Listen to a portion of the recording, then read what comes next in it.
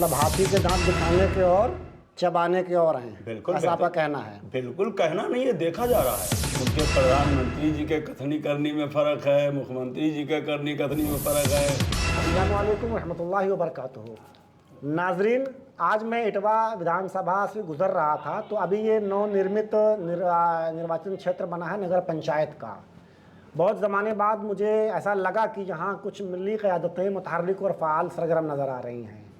मैंने देखा कि पीस पार्टी जो तकरीबन ज़मीन से नाबूद हो चुकी थी, ख़त्म हो चुकी थी, अचानक से उसके होर्डिंग, बैनर, पोस्टर बहुत सारे दिखने लगे।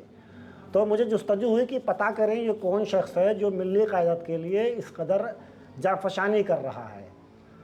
तो मैंने फ़ोन लगाया और आप वाली जनाब अब्दुर्रहमान साहब प्रदेश महासचिव हैं पीस पार्टी से। तो मैंने इनसे आग्रह किया कि आप ज़रा सा अपनी छोटी सी बाइट दे दीजिए और इत्तेफाक की बात कि ये फ़ौरन तैयार भी हो गए। तो सर, आपका स्वागत है हमारे चैनल में। बहुत बहुत शुक्रिया आपका।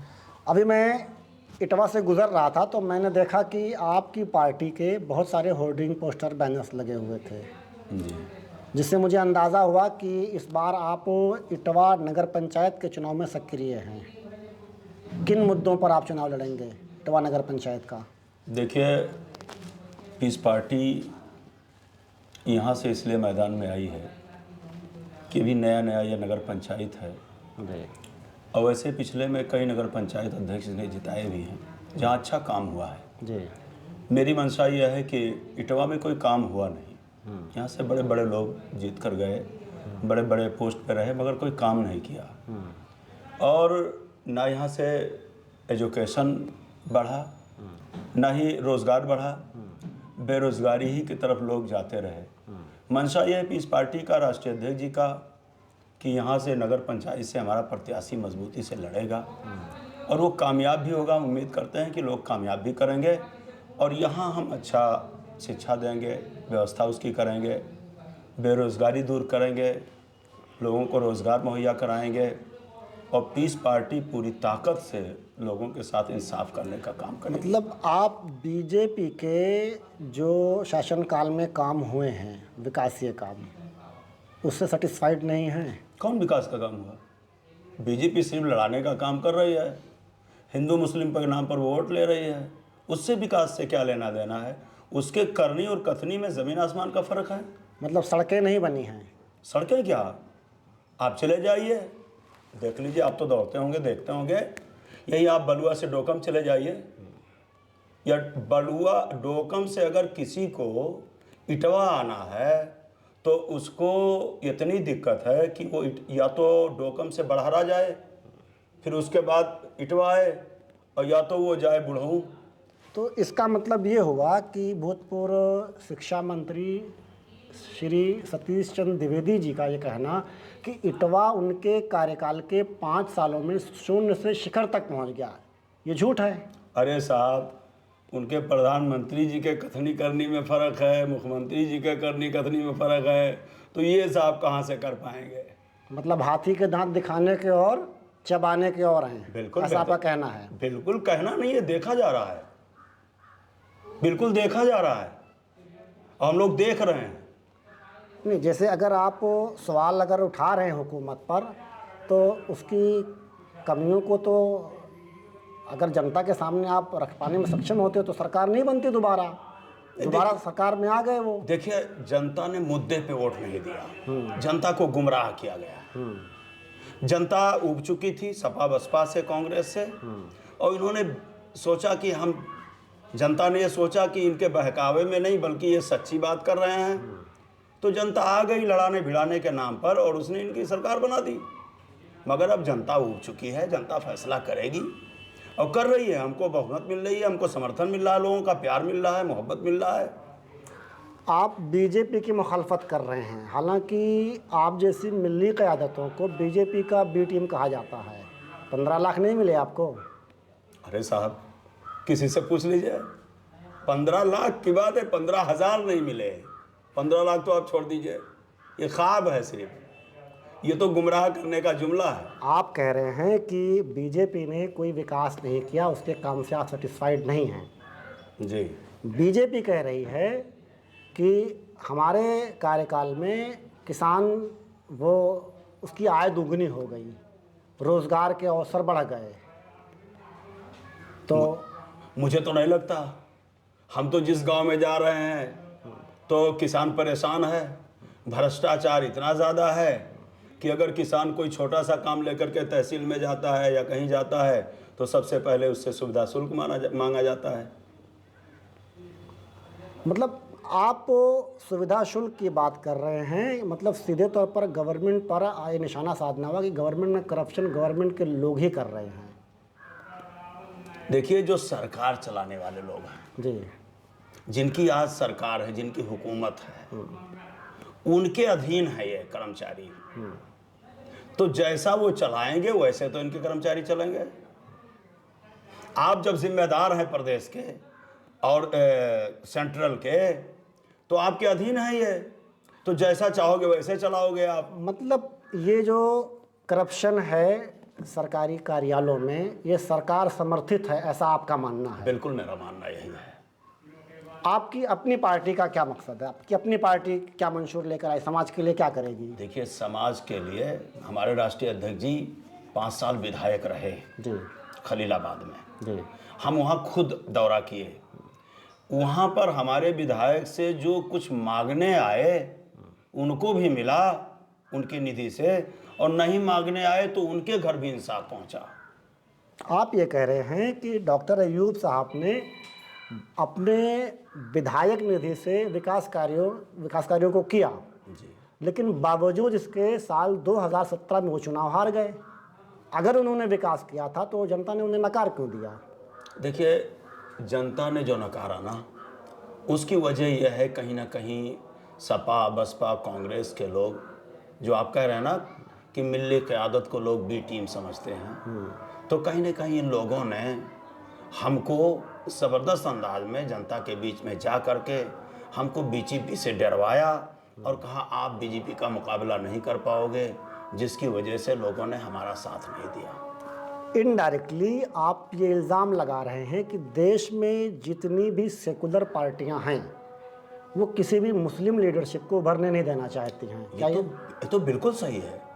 आज़ादी से अब तक जितनी भी मिल्ली क़यादत की पार्टियां आईं, उनका विरोध किया और कुछ ऐसे हमारी शक्ल में लोगों को खरीदा और उनको मिलाया और उनके सामने अपने एजेंडे को रखा कि यही एजेंडा तुम्हारे लिए सही है, मगर हमारा वोट लेने के बाद उन लोगों ने अपने एजेंडे पे और हमारे साथ इंसाफ नहीं किया, ना एजेंडे पे अमल किया, ना हमारे साथ इंसाफ किया।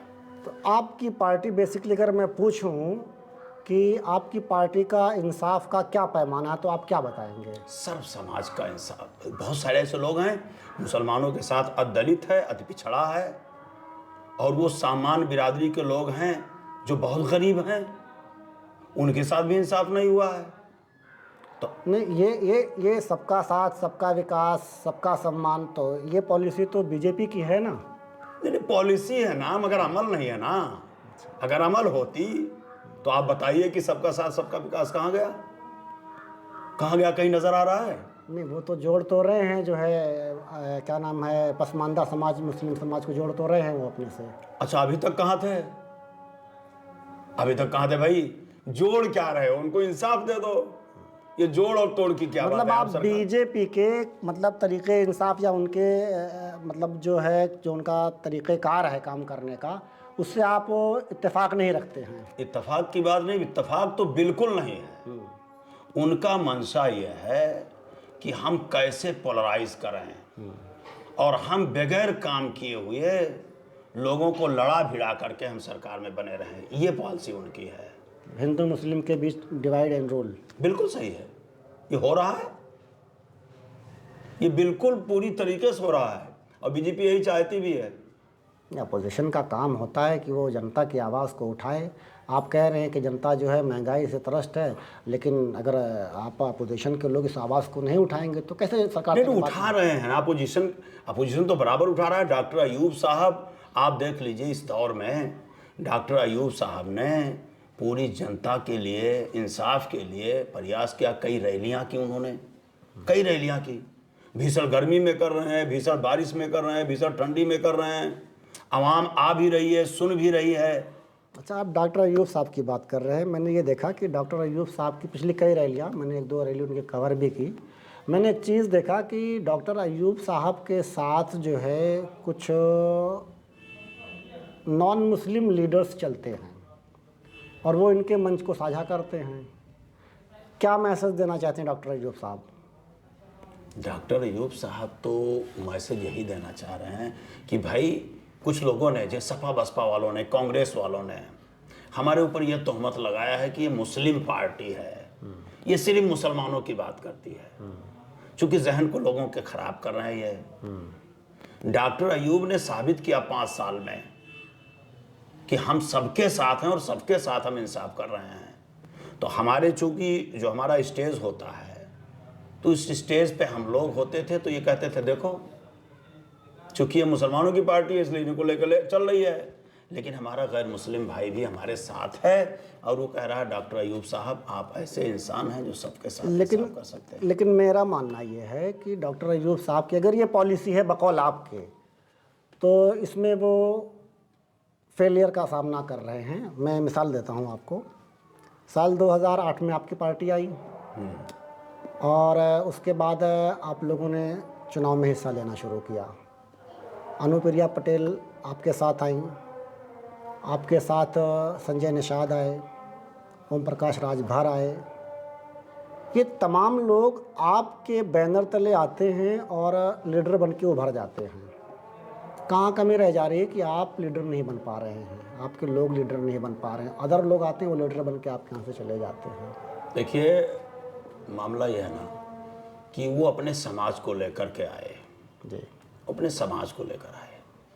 संजय निषाद जी आए तो अपने समाज को लेकर आए और जहाँ भी गए उनका समाज उनके साथ गया।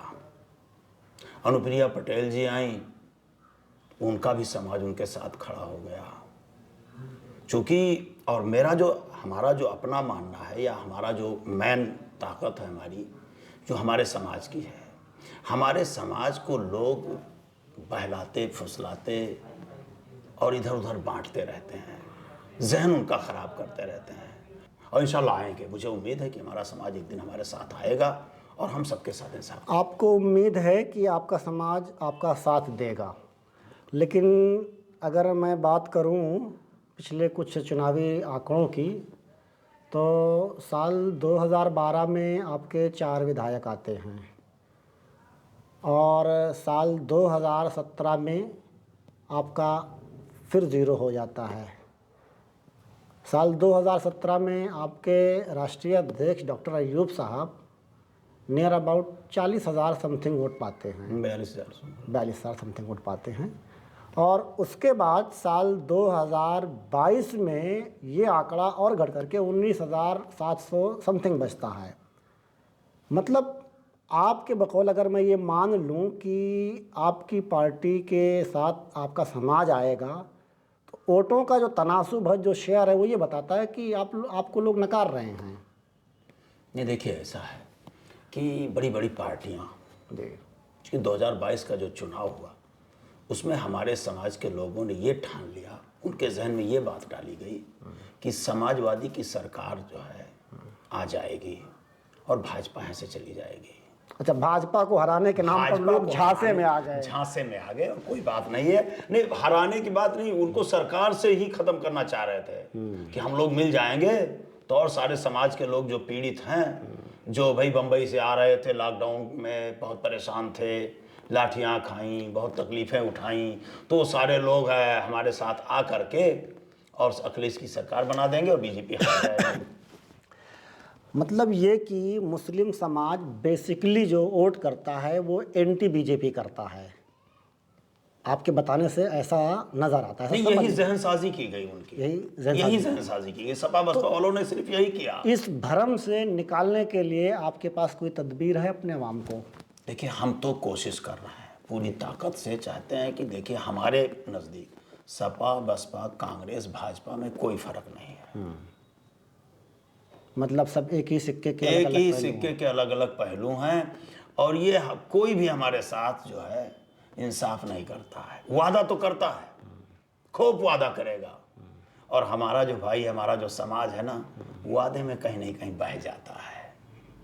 ये इंसाफ पसंद है ना, ये लोगों को चाहता है कि हाँ ये आए हमारे सामने वादा किए तो हम इसको गद्दी देंगे, हम इसकी ताज़ीम व तकरीम करेंगे। और सही है, हकीकत में वो किसी को महरूम नहीं करता है। मगर आपको वोट नहीं देता। नहीं नहीं, वोट तो दिया हमको। 2012 में इतना वोट दिया कि हमारी पार्टी इस प्रदेश की 5वें नंबर की पार्टी बन गई। और उसके बाद फिर रिजेक्ट कर दिया। नहीं, रिजेक्ट नहीं किया है जी। रिजेक्ट किया होता तो इतनी बड़ी बड़ी रैलियों में शामिल नहीं होता, ठंडक में, गर्मी में, बरसात में। आप कह रहे हैं कि आपकी पार्टी का क्रेज़ अभी बढ़ने वाला है, लेकिन एक चीज़ मैं आपसे अगर पूछूं कि आपकी पार्टी जलसे करती है, बड़े बड़े जो है कॉन्फ्रेंस करती है, और उसमें भली भांति लोग भी आ जाते हैं, लेकिन लीडर जो होता है वो गांव से निकल कर आता है। आपके अपने समाज का लीडर जो निकलेगा वो आपके गांव से ही निकलेगा, ऐसा सबके यहाँ होता है। लेकिन पीस पार्टी की जो मेंटालिटी मेरे समझ में आती है वो ये आती है कि वो अपने लोगों में लीडर नहीं बनाती। वो BL वर्मा साहब को जो है किसान पार्टी से उठा करके वो उनको लीडर बना देगी, वो संजय निषाद को लीडर बना देगी, वो ओम प्रकाश राजभर को लीडर बना देगी। अपने लोगों को लीडर क्यों नहीं बनाती पीस पार्टी? कहाँ चूक हो रही है? अपने लोगों को मतलब अपने समाज से। अपने इतने लोगों को लीडर बनाया उन्होंने, इस पार्टी ने, डॉक्टर अयूब ने, इतने लोगों लीडर। ये आपके सामने मैं बोल रहा हूँ, कौन मुझे पूछ रहा था? ये पीस पार्टी की देन है कि उसने हमको गांव से उठा करके प्रदेश तक पहुंचाया है।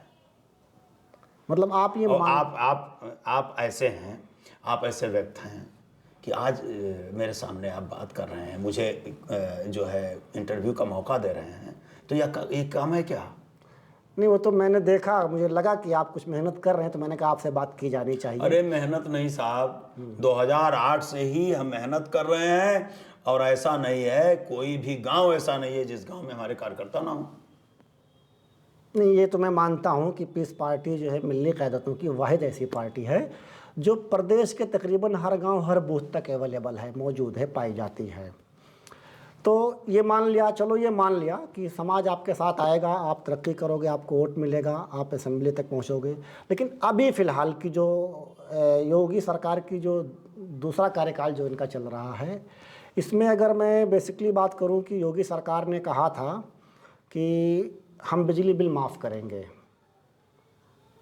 माफ़ नहीं किया। ये जनता के मुद्दे हैं। इन्होंने कहा था हम रोज़गार देंगे, रोज़गार नहीं दिया इन्होंने। इन्होंने कहा था कि हम गड्ढा मुक्त सड़कें रखेंगे, वो नहीं किया इन्होंने। ये जनता के वो मुद्दे हैं जिन्हें हर समाज को फेस करना पड़ता है। इन मुद्दों को पीस पार्टी क्यों नहीं उठा पाती? ये आपने देखा नहीं, हर जगह हमारे नेता, ये जो रैलियाँ चालू है ना, इसमें बिल्कुल हम लोग कह रहे हैं, बिल्कुल जनता के बीच में हम ये बात कह रहे हैं, जनता मान भी रही है कि हाँ यार झूठे वादे कर रहे हैं ये लोग, विकास के नाम पर कभी गुमराह कर रहे हैं, कभी मंदिर मस्जिद के नाम पर गुमराह कर रहे हैं, कभी हिंदू मुसलमान के नाम पर गुमराह कर रहे हैं, तो कभी अगड़े पिछड़ों के नाम पर गुमराह कर रहे हैं। आप बताइए, ये नगर पंचायत का चुनाव था, नगर पंचायत को चुनाव में कितना पापड़ बेला इन लोगों ने, क्या हो गया? इतना पापड़ बेला कि जब चुनाव निर्धारित वक्त पे होने वाला था, सारे कैंडिडेट, सारे कार्यकर्ता मैदान में थे, दरवाजे दरवाजे जा रहे थे, और उसके बाद इन लोगों ने तालमेल करके चुनाव को हटा दिया। मतलब चुनाव आयोग ने हटा दिया कि सरकार ने हटा दिया? देखिए ऐसा है, आप मुझको फंसा रहे हैं। नहीं, आप मुझको फंसा रहे हैं जी। चूंकि चुनाव आयोग पर मैं टिप्पणी नहीं करना चाह रहा हूँ जी। सरकार व्यवस्था देगी ना, हाँ, है कि नहीं? हाँ, सरकार व्यवस्था देगी, तो अब कौन सा व्यवस्था लेकर आप आओगे? भाई सरकार तो तुम्हारी है ही है। अच्छा, मैंने ऐसा सुना है कि चुनाव का कुछ मामला जो है किसी इशू को लेकर के वो कोर्ट चला गया है मामला, क्या कुछ ऐसा है, रिजर्वेशन वगैरह का मामला? देखिए ऐसा है कि जब आप सबको रिजर्वेशन देने की बात कर रहे हो, जी, है ना जी, तो अब कहाँ दे पाओगे? जितनी ताकत है उतनी दे पाओगे। ताकत से ज़्यादा वादा कर लियो तो अब कोर्ट का सहारा तो लेना पड़ेगा, मिली भगत करनी पड़ेगी कि भैया कोनो हिसाब से बचाओ इज्जत आबरू हमार। मतलब सरकार अपने वादों पर खरी नहीं उतर पा रही है। बिल्कुल खरी नहीं उतर रही है। अभी अगर मैं आपसे एक आखिरी सवाल पूछूं कि असेंबली में तो खैर आपकी नुमाइंदगी है नहीं, लेकिन रोड आपके लिए खाली है, क्या आप बीजेपी हुकूमत के इस नाकामियों को लेकर के कोई विरोध प्रदर्शन, कोई धरना, ऐसा कुछ आपके प्रपोजल में है, आपकी पार्टी के जो है? देखिए, जैसा मेरे राष्ट्रीय अध्यक्ष का आदेश होगा, जी, मेरी पार्टी के अगुवा का जैसा आदेश होगा, उनका जो भी आदेश होगा, धरना प्रदर्शन का मतलब घेरेंगे, मानेंगे नहीं? बिल्कुल बिल्कुल मानेंगे नहीं। मतलब मान के चलें कि बीजेपी का विरोध करेंगे, बिल्कुल घेरेंगे? विरोध करेंगे, विरोध कर रहे हैं, ऐसा करेंगे नहीं, कर भी रहे हैं। जगह जगह हमारे कार्यकर्ता बता रहे हैं, लोगों को समझा रहे हैं, और जनता जान चुकी है साहब। आप बताइए, इटवा में ही देख लीजिए, शिखर से सुन की तरफ लिख दिया जाता है, किया कुछ नहीं जाता है, जमीन पर कुछ नहीं होता। भाई कुछ नहीं होता है, होर्डिंग में लिख दिया जाता है, इटवा शिखर से सुन से शिखर की तरफ। अच्छा, एक चीज़ बस पूछूं मैं आपसे, एक आखिरी सवाल, नहीं पूछना चाहिए था क्योंकि आखिरी सवाल हो गया था, लेकिन अब एक बार मतलब बुरा मत मानिएगा, चलिए कोई बात नहीं। ज़रूरी है, पूछ लेते हैं। इटवा शून्य से शिखर तक नहीं पहुंचा, इस बात का आपको बहुत रंज है, और होना भी चाहिए भाई, हमने वोट दिया था तो काम होना चाहिए, काम के लिए, विकास के लिए आदमी वोट देता है। तो बीजेपी के दौर में अगर इटवा शून्य से शिखर तक नहीं पहुंचा तो बड़ी तकलीफ़ है। समाजवादी पार्टी के एक काबिल लीडर श्री माता प्रसाद पांडे जी इटवा विधानसभा से 7 बार के एमएलए, 2 बार के विधानसभा अध्यक्ष, कैबिनेट मंत्री और हाल के भी वो विधायक हैं, उनके दौर में कुछ नहीं हुआ, उस पर आप आवाज़ नहीं उठाते हैं? देखिए, आवाज़ उठाया ना, इसीलिए तो जनता ने सोचा कि भाई ये चीज़ इतनी बड़ी कुर्सी पा करके कुछ नहीं कर रहे हैं, फिर जीत गए ना, तो लाइए सती द्विवेदी जी को लाएं। तो भाजपा की सरकार आई, और इन्होंने क्या किया आपसे कि भाई देखो, उन्होंने कुछ नहीं किया, अब से हमको आखिरी बार जिता दो, हम सब कुछ करेंगे। और अब जब उनके सामने बात आती है तो कहते हैं हमारी सरकार नहीं है। मतलब लाचारी का जो है बहाना। साहब, जब सरकार में होते हैं तब नहीं सुनते हैं, और जब ये विधायक होते हैं, इनकी सरकार नहीं होती है, तब बहाना करते हैं। ये जनता को बेवकूफ़ बनाने का तरीका है। बहुत बहुत शुक्रिया आपका हमसे बात करने के लिए।